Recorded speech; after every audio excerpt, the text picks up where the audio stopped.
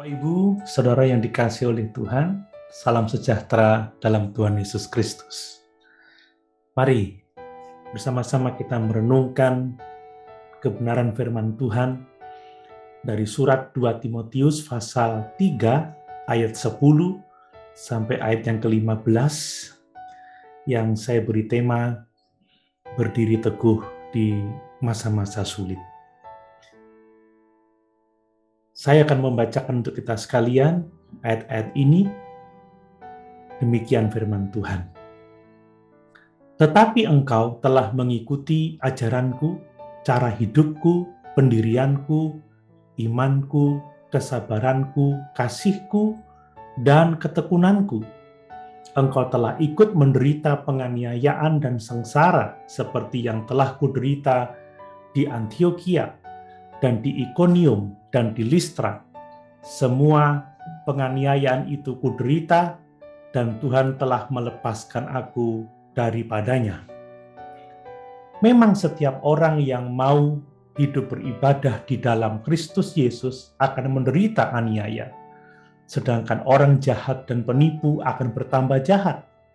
Mereka menyesatkan dan disesatkan. Tetapi hendaklah engkau tetap berpegang pada kebenaran yang telah engkau terima dan engkau yakini, dengan selalu mengingat orang yang telah mengajarkannya kepadamu. Ingatlah juga bahwa dari kecil engkau sudah mengenal kitab suci yang dapat memberi hikmat kepadamu dan menuntun engkau kepada keselamatan oleh iman kepada Kristus Yesus. Bapak Ibu, Saudara yang dikasihi oleh Tuhan, dalam 2 Timotius pasal 3 ayat 1-9, Rasul Paulus memperingatkan Timotius tentang akan datangnya masa-masa sukar. Masa-masa sukar ini juga seringkali diterjemahkan dengan masa-masa yang mengerikan yang akan terjadi di sepanjang sejarah gereja. Orang-orang akan mencintai diri mereka sendiri. Mereka lebih mencintai kesenangan daripada Tuhan. Mereka akan menjadi orang-orang yang kasar, tidak kenal ampun, dan memiliki bentuk kesalehan tetapi menyangkal kekuatannya. Akan ada banyak guru-guru palsu yang akan menyesatkan orang.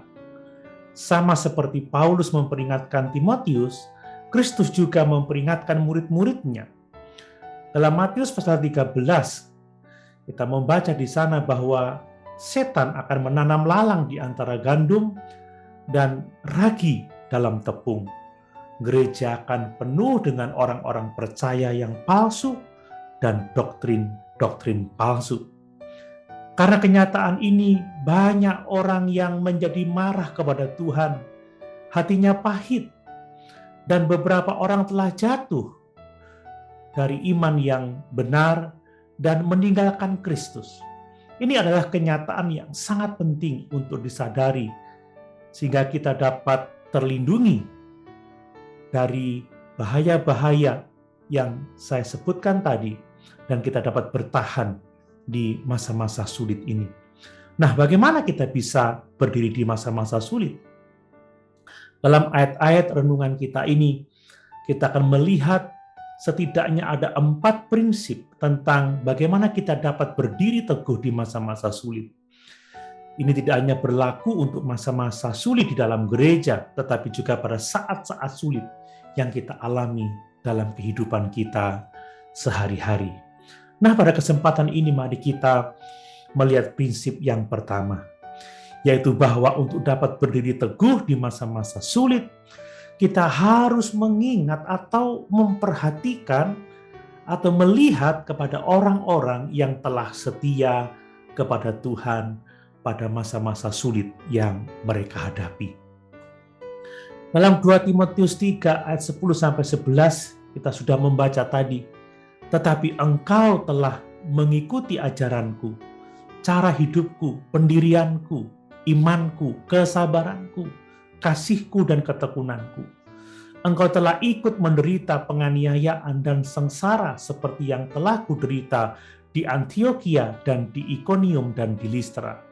Semua penganiayaan itu kuderita dan Tuhan telah melepaskan aku daripadanya.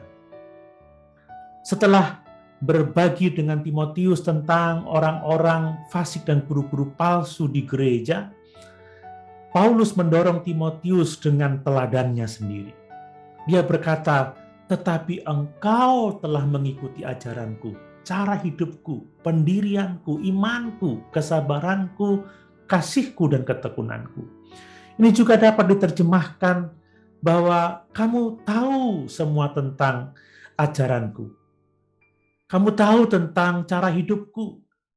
Kamu tahu tentang pendirianku, kamu tahu tentang imanku, tentang kesabaranku, kasihku, dan ketekunanku. Meskipun ada masa-masa kelam dan orang-orang jahat di gereja, Paulus tetap setia kepada Tuhan.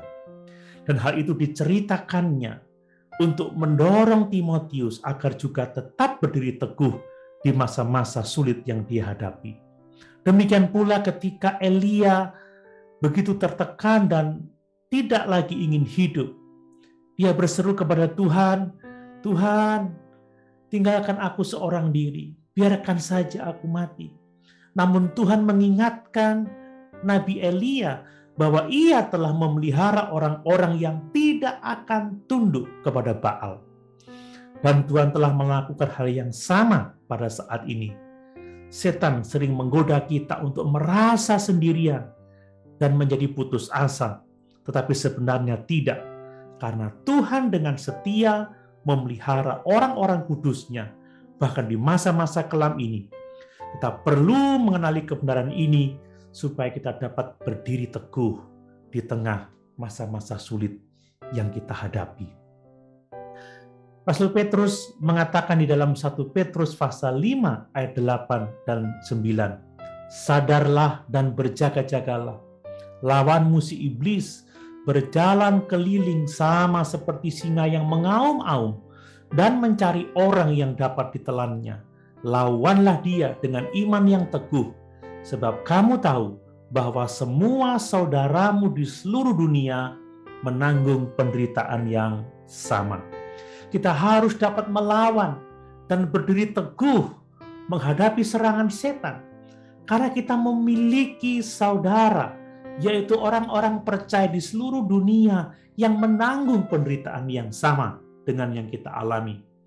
Meskipun banyak orang di gereja hanya memiliki bentuk kekristenan yang sekedarnya, yang tidak sungguh-sungguh, tetapi sesungguhnya kita memiliki orang-orang yang setia kepada Tuhan, yang akan mendorong kita untuk tetap setia di masa-masa sukar yang kita hadapi. Untuk itu kita harus mengingatnya. Dan tatkala kita menghadapi masa-masa sukar itu. Dalam Ibrani pasal 12 ayat pertama, kita membaca, "Karena kita mempunyai banyak saksi bagaikan awan yang mengelilingi kita, marilah kita menanggalkan semua beban dan dosa yang begitu merintangi kita dan berlomba dengan tekun dalam perlombaan yang diwajibkan bagi kita." Bapak, Ibu, Saudara yang dikasihi oleh Tuhan, kata "karena" itu menunjuk kembali ke pasal 11, di mana penulis menggambarkan banyak pahlawan iman seperti Abraham, Nuh, Musa, Daud, dan yang lainnya. Dia pada dasarnya mengatakan bahwa mengingat saksi-saksi ini akan menolong kita untuk dapat menanggalkan beban dan dosa dan berlari dengan tekun dalam perlombaan iman di depan kita. Ketekunan berarti kita dapat menahan beban yang berat. Ketika kita merasa ingin menyerah selama masa-masa sulit dalam kehidupan kita, kita harus mengingat contoh-contoh, yaitu orang-orang saleh yang telah setia pada masa-masa sulit dalam kehidupan mereka. Kita harus ingat bagaimana Tuhan telah mengizinkan Yusuf menderita pengkhianatan dari keluarganya, mengalami perbudakan dan penjara sebelum Tuhan meninggikan dia sebagai penguasa kedua atas Mesir. Kita harus ingat bagaimana Tuhan membiarkan Ayub menderita berbagai tragedi, tetapi bagaimanapun juga kita tahu bahwa tujuan akhir Tuhan adalah untuk memberkati dia. Bapak, Ibu, Saudara yang dikasihi oleh Tuhan, kita perlu mengingat atau memperhatikan orang-orang beriman jika kita ingin bertahan selama masa-masa sulit. Ibrani 12 ayat 1 secara eksplisit mengingatkan kita tentang pentingnya membaca kisah-kisah perjanjian lama. Kisah-kisah ini bukan hanya cerita untuk anak-anak, tetapi untuk kita orang-orang dewasa. Mereka akan membantu kita untuk menanggalkan beban dosa dan bertahan dalam masa-masa sulit.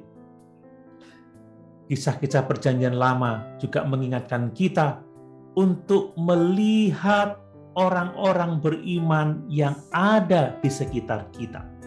Kita harus memperhatikan mereka, bagaimana mereka bertahan di dalam masa-masa sukar, tentang integritas mereka, iman mereka selama masa-masa sulit itu. Teladan mereka akan menolong kita untuk berdiri teguh.